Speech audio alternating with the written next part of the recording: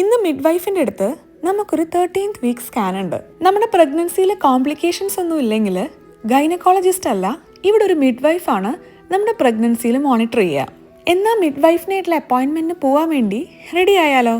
നമുക്ക് ഈ ഒരു സ്വെറ്ററും ഈ ഒരു ലൂസ് ട്രൗസേഴ്സും ഇടാം. കുറച്ച് ലൂസ് കംഫർട്ടബിൾ ക്ലോത്തിങ് ആണ് ഇപ്പൊ താല്പര്യം.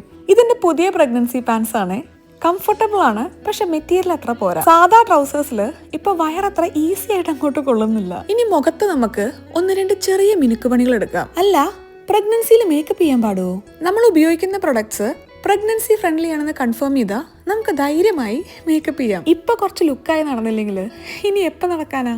അതുകൊണ്ട് കണ്ണെഴുതി ലിപ്സ്റ്റിക് ഇട്ട് ബ്ലഷ് ഇട്ട് മുടിയും ചുരുട്ടി ഞാൻ ദേ സ്കാനിങ്ങിന് റെഡി. ഈ സ്കാനിങ്ങിന് പോകുന്ന ദിവസം ഒരു ഭയങ്കര എക്സൈറ്റ്മെന്റ് ആയിരിക്കേ, എന്താന്ന് അറിഞ്ഞൂടാ. മുന്നേ പുറത്തു പോകുമ്പോൾ ബാഗിൽ ലിപ്സ്റ്റിക്കും മസ്കാരയൊക്കെ ആയിരുന്നു. ഇപ്പം ആപ്പിളും വാട്ടർ ബോട്ടിലും ഒക്കെയാ. ഇനി നാളെ അത് ഡയപ്പേഴ്സും ഫീഡിംഗ് ബോട്ടിലും ഒക്കെ ആവുന്നുണ്ടായിരിക്കും. ഇതെന്താ ഇത് ഇങ്ങനെ ഒരു ആചാരം? 1:30 നമുക്ക് മിഡ്വൈഫിനായിട്ട് അപ്പോയിൻമെന്റ്. ഡച്ചില് ഹാൾഫ് 2 എന്ന് പറയും.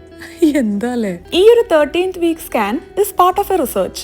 അതുകൊണ്ട് തന്നെ ഒരു കമ്പൽസറി സ്കാൻ ഒന്നുമല്ല, ടോട്ടലി പേരൻസിന്റെ ചോയ്സ് ആണ് ചെയ്യണോ വേണ്ടെന്നുള്ളത്. റിസർച്ചിന്റെ ഭാഗമാവുകൊണ്ട് തന്നെ ഈ ഒരു സ്കാനിന്റെ കംപ്ലീറ്റ് എക്സ്പെൻസ് എടുക്കുന്നത് നെതർലൻഡ്സ് ഗവൺമെന്റ് ആണ്. കുട്ടിയുടെ brain, heart, kidney, spine development, movements, പിന്നെ ക്ലെഫ്റ്റ് ലിപ്പ്, നമ്മുടെ അവിടെ മുച്ചുണ്ട് എന്ന് പറയും, ലിപ്പ് ക്ലോസ്ഡ് ആണോ അതെല്ലാം ആണ് ഈ ഒരു സ്കാനിൽ ചെക്ക് ചെയ്യുന്നത്. അടുത്തത് ഇനി 20th വീക്ക് സ്കാൻ ആണ്. ഇതിലാണ് നമ്മൾ ജെൻഡർ അറിയുക. ഇതും പേരൻസിന്റെ ചോയ്സ് ആണ്.